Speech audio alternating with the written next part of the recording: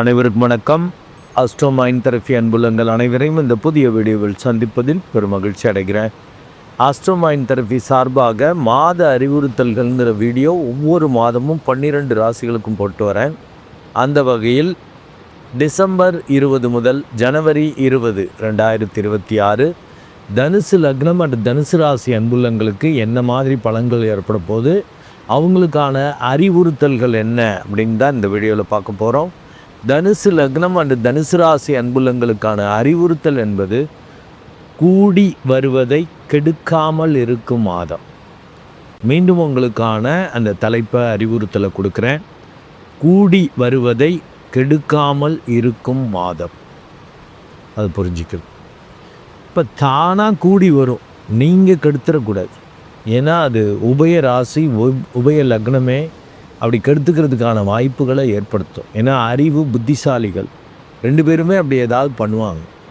அதுலேயும் குறிப்பாக தனுசு காலப்புருஷ தத்துவப்படி 9வது ராசிங்கிறதால ஏதாவது வாயை கொடுத்து ஏமாற்றி இந்த சென்ஸு ஏமாறுற மாதிரி ஏதாவது பேசி ஏதாவது சொதப்பிடுறது, பெரிய நியாய தர்மமாக பேசுகிறேன்னு சொல்லிட்டு ஏதாவது கெடுத்துக்கிறது, இப்படிலாம் வர்றதுக்கு வாய்ப்புகள் உண்டு. ஏன்னா லக்னத்திலேயே பார்த்திங்கன்னா 5 கோள்கள் இருக்குது, 2 கோள்கள் பார்க்குது. அப்போ 7 கோள்கள் லக்னத்துக்கே தொடர்பு வருது. பொதுவிலேயே உபய லக்னம் உபய ராசி இப்படியும் அப்படியும் உள்ளவர்களாக இருப்பார்கள். தனுசுக்கு சொல்லுவேன், பெரிய எய்ம் பண்ணுவாங்க, 1008 எய்ம், எதையும் ப்ராப்பராக எக்ஸிக்யூட் பண்ணி அப்படி இது பண்ண மாட்டாங்க. அந்த மாதிரி ஆளுங்க எல்லாத்துலேயும் வாய வைப்பாங்க, நிறைய படிப்பாங்க, நிறைய கற்றுக்குவாங்க, நிறைய அறிவாளிகள். குருனாலே அறிவு, பெரிய அறிவாளிகள் தான். அதை என்ன பண்ணாங்கன்னு இல்லை, அதில் வெட்டி வேதாந்தம் வேறு இதை பேசிக்கிட்டு கெடுத்துக்கிட்டு தேவையில்லாமல் ஆர்கியூ பண்ணிக்கிட்டு சூழலுக்கு ஏற்றபடி அட்ஜஸ்ட் பண்ணாமல் கெடுத்துப்பாங்க லைஃப்பை. இதே புத்திசாலிகள் அப்படி கிடையாது. சூழலுக்கு ஏற்றபடி அட்ஜஸ்ட் பண்ணி லைட்டாக அப்படி இப்படி பண்ணி வளைந்து கொடுத்து, ஏன்னா இப்போ சின்னதாக ஏதாவது லஞ்சம் இப்போ தான் ஆஃபீஸர்ஸ்லாம் அப்படி தானே இருக்குது. கவர்மெண்ட் ஆஃபீஸர்ஸ் அப்படி காரியத்தை முடிக்கணும்னா லைட்டு போனால் போதும், அது அவன் இப்படி தான் பண்ணுறான், நம்மளுக்கு காரியம் முடியணுமேனு புத்திசாலிகள் அப்படி அட்ஜஸ்ட் பண்ணி ஏதாவது பண்ணிட்டு போயிடுவாங்க. குரு அப்படி பண்ணார், அதுக்காக அந்த காரியத்தையே விட்டுரும், செய்யாது. இதனால தான் இவங்களுக்கு சிக்கல் வரும். லக்னத்திலேயே அவ்வளவு கோள்கள் இருக்கிறப்ப 8 குடையவன் இருக்கா, 9 குடையவன் இருக்கா, 7, 10 குடைய பாதகாதிபதி இருக்கார். ஏன்னா அந்த புதன் பார்த்திங்கன்னா 29 ஒரு 9 நாளில் அவர் லக்னத்துக்கு போயிடுவார். இப்போ 12 இருக்கிறவர் அப்புறம் ஒரு மேட்ரம் 9 days. இதே சுக்கிரன் பார்த்திங்கன்னா 20ஆம் தேதி ஈவினிங்கே போகிறார். உங்கள் லக்னம் வழுக்குது இந்த மாதம் ஃபுல்லாக. ஸோ அதனால் ரொம்ப கேர்ஃபுல்லாக இருக்கணும்.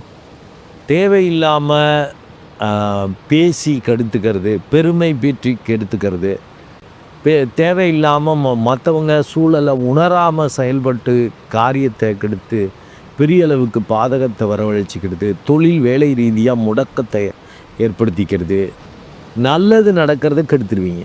அது என்ன கூடி வருவதைன்னு எப்படி சார் சொல்கிறீங்க அப்படின்னா, லக்னத்துக்கு 5 குடைய அந்த செவ்வாய் லக்னத்திலே இருக்கார், அது பெரிய ப்ளஸ்ஸு.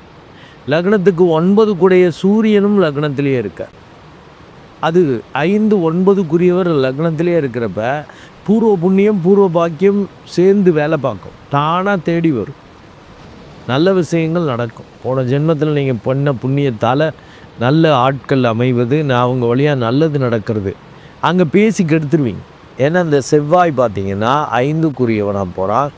அவன் 16, 1 வரைக்கும் லக்னத்திலே இருக்கிறப்ப லக்னத்தில் இருந்தாலும் தோஷம். 1, 7, 2, 4, 8, 12 இந்த இடத்துலலாம் இருந்தால் செவ்வாய் தோஷத்தை ஏற்படுத்துவார். உணர்ச்சி வசப்பட்டு ஏதாவது செஞ்சு கெடுத்துருவீங்க. இப்போ லக்னத்திலே இருக்கிறப்ப வேகம், கோபம், அதிரடி காட்டி விரயத்தை, மன உளைச்சலை ஏற்படுத்திக்கிற மாதிரி பண்ணிடுவீங்க. கொஞ்சம் நீங்கள் அறிவாளிகள் தான், ஆனால் அறிவாளிகள் பெருசாக ஜெயிக்க மாட்டார்கள்னு சொல்லியிருக்கேன். ரொம்ப எல்லாத்துலேயும் உள்ள நல்லதை விட கெட்டது தெரியும். அங்கே உள்ள 50 நல்ல விஷயங்கள் பாசிட்டிவ் தெரியாது. ஒரு 5 நெகட்டிவ் இருக்குன்னா பயப்படுவீங்க. அப்புறம் அறிவு, அப்புறம் காலப்புருஷ தத்துவப்படி 9வது ராசின்னா இந்த புகழ் மரியாதைக்காக இந்த விருச்சிகத்துக்கு சொன்ன மாதிரி உங்களுக்கும் அது உங்களுக்கு தான் அதிகமாக பொருந்தும். மற்றவங்கள்ட்டெல்லாம் நல்ல பேர் எடுக்கிறது, ஜெனரஸாக உதவி செய்கிற மாதிரி, ஈவன் இளிச்சவாயா ஆகிறது அப்படிலாம் நடந்துக்குவீங்க. ஆனால் ரொம்ப க்ளோஸாக அவங்களால தான் நீங்கள் உயிர் வாழ்ந்துட்டுருப்பீங்க. அவங்க தான் எல்லாம் உதவி செஞ்சுருப்பாங்க, அவ்வளவு அன்பு காட்டியிருப்பாங்க, எல்லாமே செஞ்சுருப்பாங்க. அவங்கள்ட்ட போய் முரண்பாடு, அலட்சியம், அதை பண்ணுவீங்க. இது அதுக்கு தான் நான் அந்த பல வீடியோஸில் சொல்லியிருப்பேன். இப்போ எல்லார்கிட்டையும் நல்ல பேர் எடுப்பாங்க, பார்ட்னர்கிட்ட பிரச்சனை பண்ணிகிட்ருப்பாங்க. அது லைஃப் பார்ட்னர், பிஸ்னஸ் பார்ட்னர், இவங்கள்ட்ட இப்படிலாம் இருக்கும். அதனால் கண்டிப்பாக மெடிடேட் பண்ணுங்கள். ஏன்னா 3ல் அந்த ராகு இருக்கிறது அதிரடியாக பிஹேவ் பண்ண வைக்கும். வித்தியாசமான முயற்சிகள், ஏன்னா 5, 9 வேறு இருக்கா. நல்ல விஷயங்கள், நல்ல முயற்சிகள், புதிய நபர்கள், வேற்று மதத்தினர் வழியால் அவங்க ஒத்துழைப்பு, அவங்களோட இதெல்லாம் கிடைக்கும். இப்போ 9ல் அந்த கேது இருக்கிறப்ப நல்லா மெடிடேட் பண்ணிட்டீங்கன்னா ஒரு ஞானி போல் பிஹேவ் பண்ணுவீங்க. அறிவுங்கிறது பேஸ் தாங்க. என்னை பொறுத்த மட்டில் அறிவு, புத்தி, ஞானத்தை எப்படி பிரிப்பேன்னா, அறிவுங்கிறது ஃபஸ்ட்டு ஸ்டெப், புத்திங்கிறது 2வது ஸ்டெப்.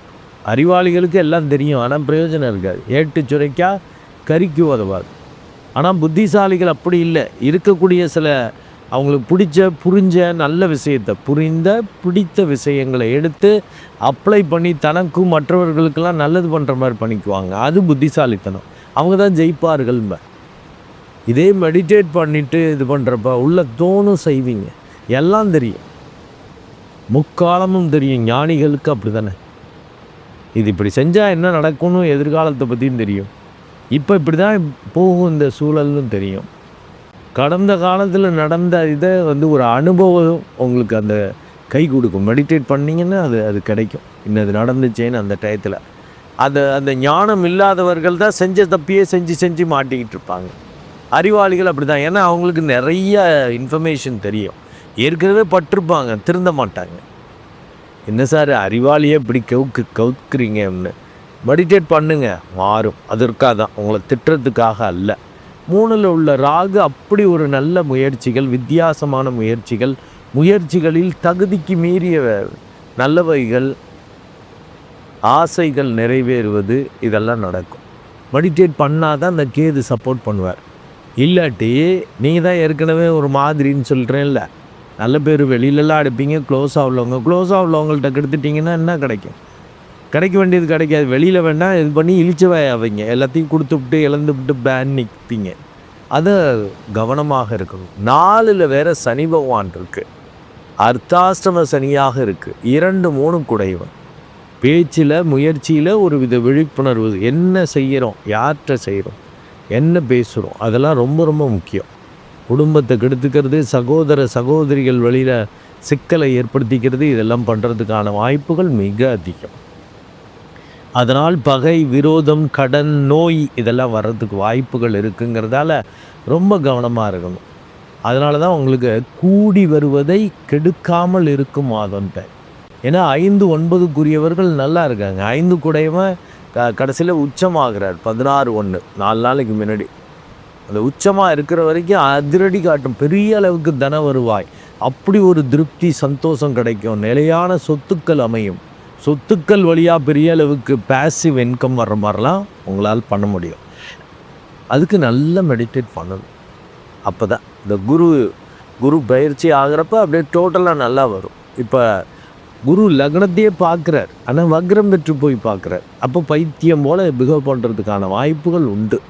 ஏன்னா வக்ரம் பெற்றக்கோள் ஒரு குடிகாரரை போல் பிஹேவ் பண்ணுவாங்கன்னு இருக்கேன். ஸோ இந்த அறிவுறுத்தலை ஞாபகம் வச்சுக்கோங்க. லக்னத்திலேயே அவ்வளவு கோள்கள் இருந்து டென்ஷனை, வேகத்தை இதை ஏற்படுத்துது. அண்டு பெரிய அளவுக்கு புதன் பாதகாதிபதியாக இருக்கிறார். சுக்கிரன் 6ஆம் இடத்ததிபதியாக. அப்போ சில பாதகங்கள் வராமல், மற்றவர்கள் சூழல் வழியாகவும், வியாதி பிரச்சனை வராமல், வம்பு பகை வராமல் பார்த்துக்கணும். அப்போ தான் நம்மளுக்கு லாபம் கிடைக்கும். இல்லை பகையில் மாட்டிட்டிங்கன்னா லாபம். ஏன்னா 6, 11 குடைவன், அவன் உச்சமும் ஆகிறான் நவாம்சத்தில். அப்போ உங்கள் செயலில் வெற்றியும் லாபமும் கிடைக்கும். நீங்கள் கவனமாக இல்லை, தேவையில்லாமல் கெடுத்துக்கிற மாதிரி பேசிட்டீங்க, உங்கள் அறிவாளித்தனத்தை காட்டினீங்க அப்படின்னா மாட்டிக்குவீங்க. ரொம்ப கவனமாக இருங்க. இந்த குரு பகவான் 7ல் இருக்கிறது நல்லது. ஆனால் அவர் வக்ரம் பெற்று போயிருக்கிறது கொஞ்சம் சுமார். அதனால் நீங்கள் எதிர்பார்த்த விஷயங்கள்ல பெருசாக நல்லது நடக்காது. இது என்ன நடக்கும்னு தெரியலையேன்னு ஒரு குழப்பிக்கிட்டு பயந்துக்கிட்டு செய்யக்கூடிய விஷயங்கள் நல்லா இருக்கும். அதனால் உங்களுக்கு இந்த பெருமை பீற்றிக் கொள்வது அதை விடுங்க. தன்னை ஒரு பெரிய ஆளுன்னு நினச்சிக்கிட்டு பேன்னு பேசுகிறது, அப்படியே ஏமாறுறது, யாராவது உங்களை அப்படி புகழ்ந்துட்டா மரியாதை கொடுத்துட்டா ஏமாந்துடுறது, இப்படிலாம் பண்ணுறதுக்கான வாய்ப்புகள் உண்டு. அதனால தான் இப்படியும் அப்படியும் உள்ள கோள்கள்ங்க. புதன் பயத்தில் அப்படி பண்ணும். குரு அறிவால் மற்றவங்க புகழணும், மரியாதை கொடுக்கணும் அப்படின்ட்டு. மரியாதை கொடுத்துட்டாக்க அப்படியே டோட்டலாக சூரியனுக்கு அடுத்தது. சூரியனும் அப்படி தான் மரியாதை கொடுத்துட்டு அப்படியே டோட்டலாக இறங்குவார். குரு அதுக்கு அடுத்த ஸ்டேஜ். ஏன்னா இவங்க அது தன்னை மதிக்கணும்னு ஓவராக ரியாக்ட் பண்ணுவாங்க. சூரியனுக்கு தானாக மரியாதை கிடச்சிரும். சிம்ம லக்னம், சிம்ம ராசி அன்புள்ளங்களுக்கு. பட் தனுசு லக்னம், தனுசு ராசி அது இதி செஞ்சு ஏதாவது நல்ல பேர் எடுக்கணும், பெரிய ஆள் ஆகணும்னு ஏதாவது செஞ்சுக்கிட்டு இளிச்சவாய் ஆகிட்டுருப்பீங்க. ஜாக்கிரதை. ரொம்ப குறிப்பாக கூட இருக்கிறவங்க, குடும்ப உறுப்பினர், ஏன்னா அர்த்தாஷ்டம சனியாக இருக்குது, அவங்கள்ட்டெல்லாம் பிரச்சனை வச்சுக்க வேண்டாம். உடம்பையும் கொஞ்சம் கவனிச்சிக்கணும். சுகக்கேடு வரும். 6ஆம் இடத்ததிபதி உச்சமாகிறப்பையும் ஏதாவது மேஜர் டிஃபெக்டிவ் பிரச்சனை வராதபடி டாக்டர்கிட்ட காட்டிக்கிறது, சரி பண்ணிக்கிறது, அதையும் செஞ்சுக்கணும். இல்லாட்டி தேவையில்லாமல் சிக்கல் வரும். லக்னத்தில் 6ஆம் இடத்ததிபதி இருக்கிறது, பாதகாதிபதி இருக்கிறதெல்லாம் வம்பு. அதனால தான் 5-9 வலுக்குது. 5-9 இருக்கிறதால தான் கூடி வரும் எல்லாம். நீங்கள் கம்முன்னு இருந்துட்டு அதுக்கு சம நிலையில் இருக்க மெடிடேட் பண்ணிக்கணும். அஸ்ட்ரோமைன் தெரபி அன்புள்ளங்கள் அப்படி மெடிடேட் பண்ணிட்டீங்கன்னா சூப்பராக இருக்கும். கெடுத்துக்க மாட்டீங்க. சூழலுக்கு என்ன தேவையோ அளவோடு செய்வீங்க. தன்னை ஒரு பீற்றி கொள்வது போல் செய்கிறது அது மாதிரி பண்ணிக்க மாட்டீங்க. சூழலுக்கு என்ன தேவையோ சூழலோடு இணைந்து, குடும்ப உறுப்பினர்களோடு இணைந்து பேசுவது, முயற்சிப்பது, இதெல்லாம் செஞ்சுருவீங்க. அப்போ பெருசாக பாதிப்பு வராது, கெடுத்துக்க மாட்டீங்க. நன்றி அன்புள்ளங்களே. மீண்டும் ஒரு நல்ல வீடியோவில் உங்களை சந்திக்கிறேன். அதுவரை உங்களிடமிருந்து வணக்கம் கூறி விடைபெறுவது உங்கள் அன்பு டாக்டர் குடந்தை ஆறு கணேசன். நன்றி, வணக்கம்.